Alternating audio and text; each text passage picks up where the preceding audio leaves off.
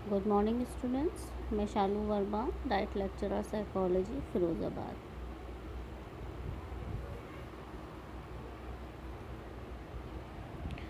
Students, आज का जो हमारा टॉपिक है, आपका जो पेपर है शांति शिक्षा एवं सतत विकास में वायलेंस का जो टॉपिक था, उसमें आज का हमारा टॉपिक है साइकोलॉजिकल वायलेंस या मनोवैज्ञानिक हिंसा।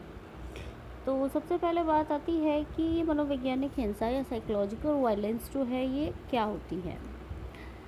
स्टूडेंट्स, साइकोलॉजिकल वायलेंस में वो सारी ही एक्टिविटीज़ आती हैं जो कि व्यक्ति को मानसिक रूप से आघात पहुंचाती हैं। जैसे एक कर्तव्यनिष्ठ कर्मचारी को अधिक कार्य दे दिया जाता है तथा उससे कार्यालय में 10 घंटे की तुलना में 12 घंटे कार्य लिया जाता है। तो इस कार्य की वजह से ना तो वह ठीक समय से भोजन कर पाता है, ना ही व्यायाम कर पाता है, और बहुत सारी चीज़ें हैं जो कि वो मैनेज नहीं कर पाता है। ठीक है, तो इस तरह की जो स्थिति जो वो फेस करता है, उस टाइप की स्थिति को हम बोलते हैं मेंटल टेंशन। मतलब एक ऐसी स्थिति में वो पहुंच जाता है, मेंटल टेंशन की स्थिति में। इसी प्रकार की अनेक ऐसी क्रियाएं होती हैं जो शारीरिक रूप से तो हमें कोई हानि नहीं पहुंचाती है, लेकिन मानसिक रूप से हम स्ट्रेस फील करते हैं, मानसिक रूप से हम परेशान रहते हैं। तो इसी प्रकार की जो जितनी भी एक्टिविटीज़ हैं वो सब हमारी आती हैं साइकोलॉजिकल एब्यूज़ में। किसी के साथ जो है गाली गलौज करना, किसी को वायलेंस के लिए मोटिवेट करना, किसी को इतने अपशब्द कहना कि कोई पर्सन जो है वो अपने जीवन को समाप्त करने पर ही उतारू हो जाए। ये सारी ही जो चीज़ें हैं ये आपकी आती हैं साइकोलॉजिकल वायलेंस में। ठीक है, तो साइकोलॉजिकल वायलेंस जो है इसमें अब आप कहें कि जो अनेक क्रियाएं ऐसी होती हैं जो शारीरिक रूप से हमें कोई हानि नहीं पहुंचाती हैं। ठीक है, तो मनोवैज्ञानिक हिंसक गतिविधियों को हम निम्नलिखित रूप में स्पष्ट कर सकते हैं, यानी कि कौन कौन से टाइप्स होते हैं साइकोलॉजिकल वायलेंस को, या कौन कौन सी ऐसी एक्टिविटीज़ हैं जिनको कि हम साइकोलॉजिकल वायलेंस में रख सकते हैं। ठीक है, तो the first is to motivate for violence, यानी कि किसी को हिंसा करने के लिए मोटिवेट करना, इस तरीके के अपशब्द उसे कहना या फिर उसको ऐसी बातें उससे करना जिससे कि वो व्यक्ति जो है वो वायलेंस करने पर, हिंसा करने पर उतारू हो जाए। ठीक है, तो ये भी एक तरीके से क्या है कि किसी भी पर्सन को जो है आप साइकोलॉजिकल वायलेंस जो है उसको दे रहे हैं, साइकोलॉजिकल वायलेशन कर रहे हैं आप किसी भी पर्सन का। Next thing is to motivate for suicide. ठीक है, कि किसी को आप इतना ज़्यादा परेशान कर दें, इतना ज़्यादा उसको, वो इतना ज़्यादा परेशान हो जाए कि वो सुसाइड अटैम्प्ट कर ले। तो ये भी एक तरीके से क्या है, साइकोलॉजिकल वायलेंस ही है। To create mental tensions, mental किसी भी पर्सन के लिए मेंटल टेंशंस क्रिएट करना, उसको ऐसे कार्य करने के लिए बाध्य करना जिससे कि वो मेंटल टेंशन जो है उसको फील करे। कई अवसरों पर देखिए ऐसा देखा जाता है कि व्यक्ति एक दूसरे से ईर्ष्या भाव रखते हैं, वे एक दूसरे के प्रति मानसिक तनाव उत्पन्न करने का प्रयास करते हैं। जैसे मान लीजिए कि कोई बच्चा है, परीक्षा के समय जो है दूसरे किसी बच्चे को परीक्षा के समय बताया जाता है कि विद्यालय के जो प्रधानाध्यापक हैं वो उससे नाराज़ चल रहे हैं, वे उसकी प्रयोगात्मक परीक्षा में कम अंक देने की बात कर रहे हैं। तो ये क्या है, एक तरीके से उस बच्चे में मेंटल टेंशन क्रिएट करना कि उस टेंशन की वजह से वो दूसरा अपना जो एग्ज़ाम है उसमें भी अच्छा नहीं कर पाएगा, किसी काम में उसका मन नहीं लगेगा। To create mental tension. Next is to create obstacles in them. Okay, कि किसी कोई व्यक्ति अपनी लाइफ में कुछ अचीव करना चाहता है, तो उसके अचीवमेंट्स के बीच में ऑब्स्टेकल्स क्रिएट करना, बाधाएं डालना, ये भी एक तरीके का साइकोलॉजिकल वायलेंस पे ही आता है। Next, to provide difficult work, किसी व्यक्ति को उसकी क्षमता, उसकी योग्यता के अनुसार कार्य ना देकर उसको डिफ़िकल्ट काम दे देना, जिससे कि क्या होगा कि वो मेंटल टेंशन जो है वो फील करेगा, इसकी वजह से भी उसे प्रॉब्लम होने के जो है चांसेस रहेंगे।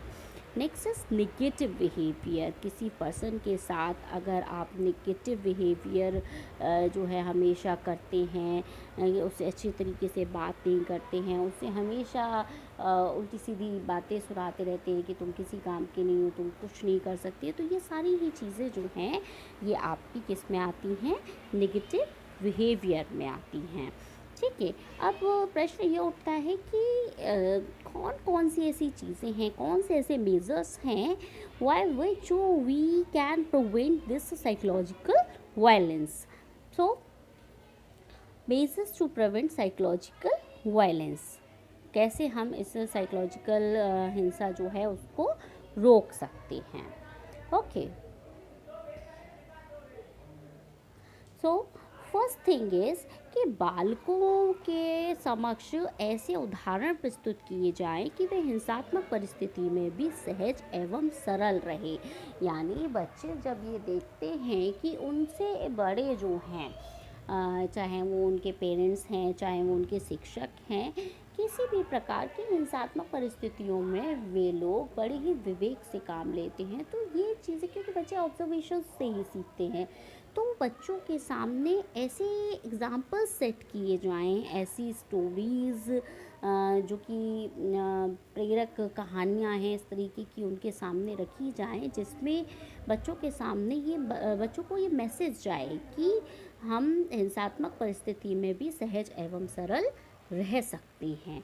दूसरा है कि बालकों से उनकी योग्यता एवं रुचि के अनुसार अपेक्षा की जाए, क्योंकि हर बच्चे की अपनी कैपेबिलिटी होती है, उसकी कैपेसिटी होती है, हर बच्चा अपनी कैपेसिटी से अधिक नहीं कर सकता है, हर एक की अपनी एक मेंटल इंटेलिजेंट क्वेश्चन होता है, सबकी आईक्यू लेवल जो है वो समान नहीं होता है, तो लेकिन हर बच्चा अपने आप में यूनिक होता है। तो इस बात को पेरेंट्स और टीचर्स दोनों ही इस बात को जो है एक्सेप्ट करें और बच्चों से उनकी कैपेबिलिटी, उनकी इंटरेस्ट के अकॉर्डिंग अगर उनसे काम लिया जाए या उनको काम दिया जाए, तो ये जो चीज़ है इसके थ्रू साइकोलॉजिकल वायलेंस जो है वो कम होगी। नेक्स्ट, असफलता को स्वीकार करना सिखाना। देखिए, हर व्यक्ति जो है वो जीवन में सफल हो ये ज़रूरी नहीं है। सफलता जो है वो पहले ही प्रयास में हमें कभी नहीं मिलती है। हमने आप देखिए कि जब आप जब बहुत छोटे थे, आपने छोटे से जब चलना सीखा होगा, तो चलने में कितनी बार आप गिरे होंगे, है ना। तो किसी भी चीज़ को हम अचानक से नहीं गेन कर पाते हैं, तो असफलता को स्वीकार करना बहुत ज़रूरी है। बच्चों को ये सिखाना चाहिए कि ज़रूरी नहीं है, प्रयास करते रहें, अपने अच्छे के लिए प्रयास करते रहें, लेकिन अगर वो असफल होते हैं तो हमें उन बिंदुओं पर विचार करना चाहिए कि हमारे असफलता के क्या कारण रहे, ना कि हम बच्चों को बार बार ताने देते रहें, व्यक्तियों को ताने देते रहें। तो ताने देना जो है वो एक तरीके का साइकोलॉजिकल वायलेंस ही है।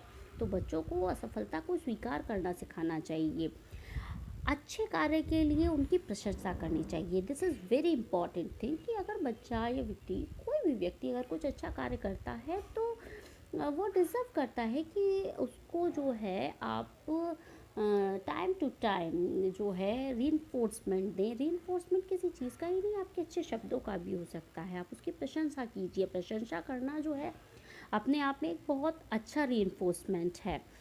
आगे बढ़ने के लिए स्वस्थ प्रतियोगिता करना, यानी देखिए आज का जो युग है वो एक कॉम्पिटिटिव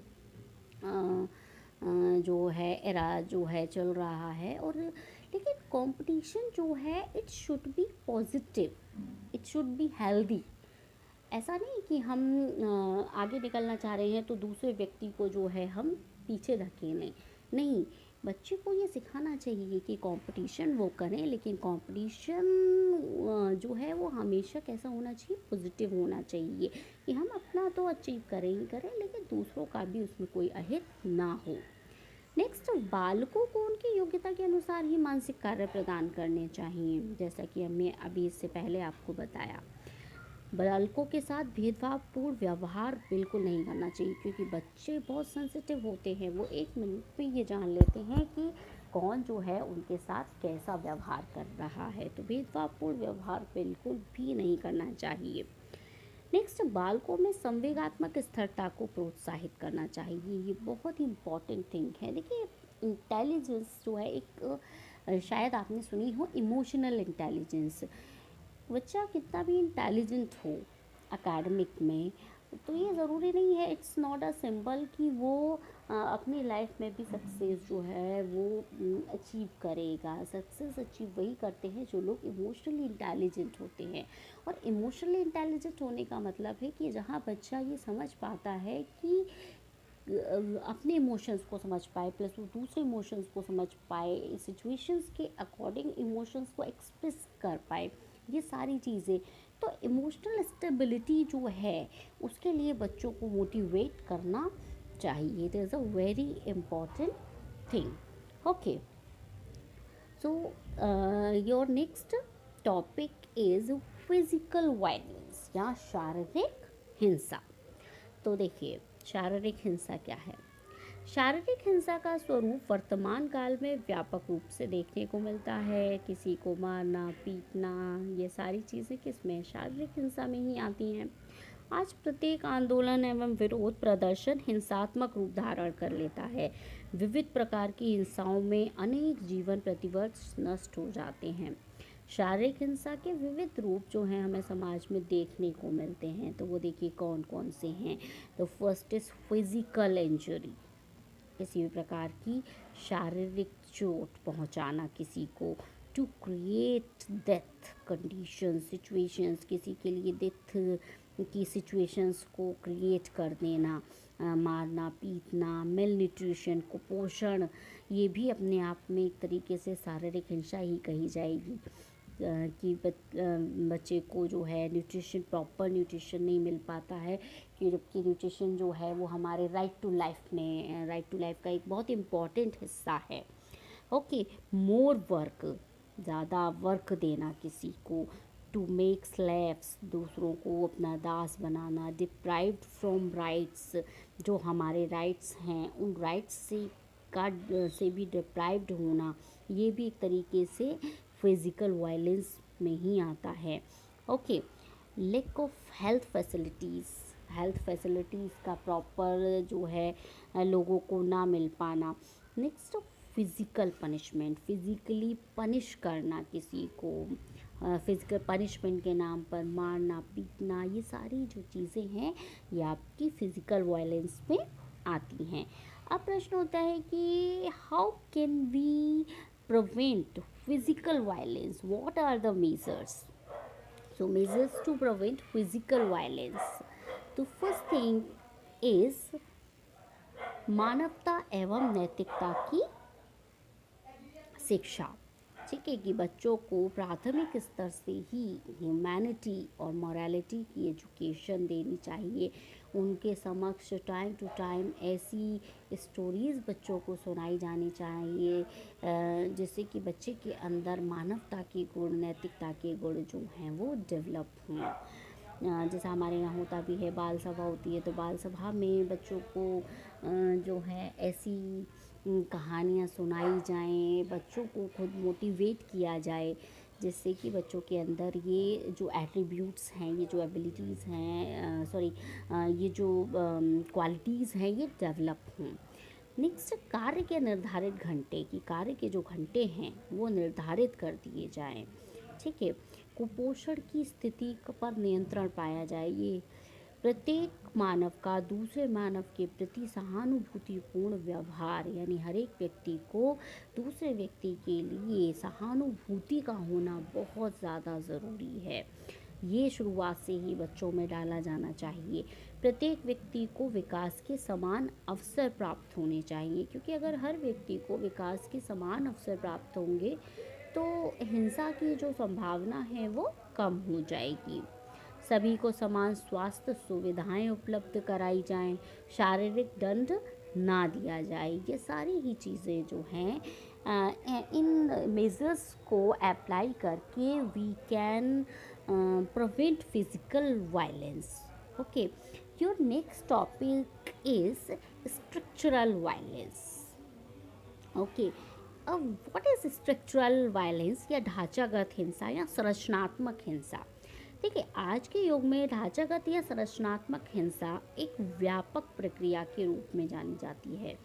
इसमें इसके गंभीर परिणाम भी देखे जाते हैं। इस हिंसा का स्वरूप आर्थिक रूप, उद्योगों के रूप में, युद्ध के रूप में, आंदोलन के रूप में, विज्ञापन के रूप में तथा गृह युद्ध के रूप में देखा जाता है। इस प्रकार की हिंसा जो है एक योजनाबद्ध प्रक्रिया के द्वारा तैयार की जाती है, यानी जब कुछ योजनात्मक प्लानिंग के रूप में जब हिंसा को भड़काने का कार्य किया जाता है तो उस प्रकार की हिंसा को हम कहते हैं स्ट्रक्चरल वायलेंस। इस प्रक्रिया का उद्देश्य जो है क्या होता है कि किसी विशेष उद्देश्य को प्राप्त करने हेतु जो है इस प्रकार की हिंसा की जाती है। जैसे आंदोलनकारी एक विशेष योजना तैयार करके सरकार पर दबाव बनाते हैं, सार्वजनिक स्थानों पर तोड़ फोड़ की कार्यवाही करते हैं। इस प्रकार की जो हिंसा है उसे हम बोलेंगे ढांचागत हिंसा या स्ट्रक्चरल वायलेंस। अब आप प्रश्न उठता है कि what are the types of structural violence. The first is violated movements. हिंसात्मक आंदोलन, जितने भी हिंसात्मक आंदोलन होते हैं that is structural violence. Terrorist activities are structural violence. War, home war, Indian varna system भारतीय वर्ण व्यवस्था जो है इसकी वजह से भी स्ट्रक्चरल वायलेंस होती है, जिसमें कि वर्ण व्यवस्था में जो लोग ऊपर के स्तर पर हैं वो अपने आप को जो है वो दूसरों से अच्छा समझते हैं, दूसरों से सुपर समझते हैं, सुपेरियरिटी की फीलिंग जो है उनके अंदर होती है, और जो नीचे के लोग हैं उन पर उनको वो अच्छा नहीं समझते हैं, इन्फीरियर समझते हैं। तो इससे भी जो है कई बार हिंसा होने के चांसेस रहते हैं। डीप ट्रेडिशंस जो हैं जो वर्षों से हमारी जो परंपराएं चली आ रही हैं, परंपराओं के नाम पर भी जो गलत व्यवहार किया जाता है उसकी वजह से भी स्ट्रक्चरल वायलेंस होती हैं। Violence in religious structure, religion के नाम पर जो वायलेंस होती हैं that is also a structural violence. Philosophy structure related violence, social structure related violence. Philosophy का कई बार दार्शनिकों के जो विचार हैं उनको लेके ही लोगों में आपस में जो है वायलेंस जो है डेवलप हो जाती है। सोशल स्ट्रक्चर की वजह से भी जो है वायलेंस डेवलप हो जाती है। तो ये सारी जो चीज़ें हैं ये हैं स्ट्रक्चरल वायलेंस। अब वही कि how can we prevent it, कैसे हम उसको जो है प्रिवेंट कर सकते हैं, स्ट्रक्चरल वायलेंस को कैसे रोका जा सकता है। तो देखिए, सरकार को हिंसक आंदोलनों पर पूर्ण रोक लगानी चाहिए। इस प्रकार के जो भी आंदोलन हैं उन पर तत्काल प्रभाव से उन पर कैसे भी रोक लगाई जानी चाहिए। समाज में प्राथमिक स्तर की शिक्षण संस्थाओं में मानव हित एवं विश्व बंधुत्व की भावना का प्रशिक्षण देना चाहिए। अंतर्राष्ट्रीय सद्भावना का विकास वैश्विक स्तर पर होना चाहिए। विभिन्न जाति एवं धर्म के लोगों के बीच समरसता का वातावरण होना बहुत ज़रूरी है। सब लोगों के अंदर ये फीलिंग होनी ज़रूरी है कि हम किसी भी जाति या धर्म के व्यक्ति होने से पहले we all are human. Okay, समाज में व्याप्त रूढ़िवादी परंपराओं को समाप्त करने का प्रयास करना चाहिए। दार्शनिक विचारधाराओं जो आदर्शवादी मूल्यों का विकास करती हैं उनका प्रचार और प्रसार किया जाना चाहिए। इसी प्रकार समाज में व्याप्त जो वर्ण व्यवस्था है उस वर्ण व्यवस्था को कर्म आधारित बनाया जाना चाहिए। तो स्टूडेंट्स, आज के लिए इतना ही। नेक्स्ट क्लास में हम मिलते हैं, जिसमें we will discuss about the vulgarity in popular culture.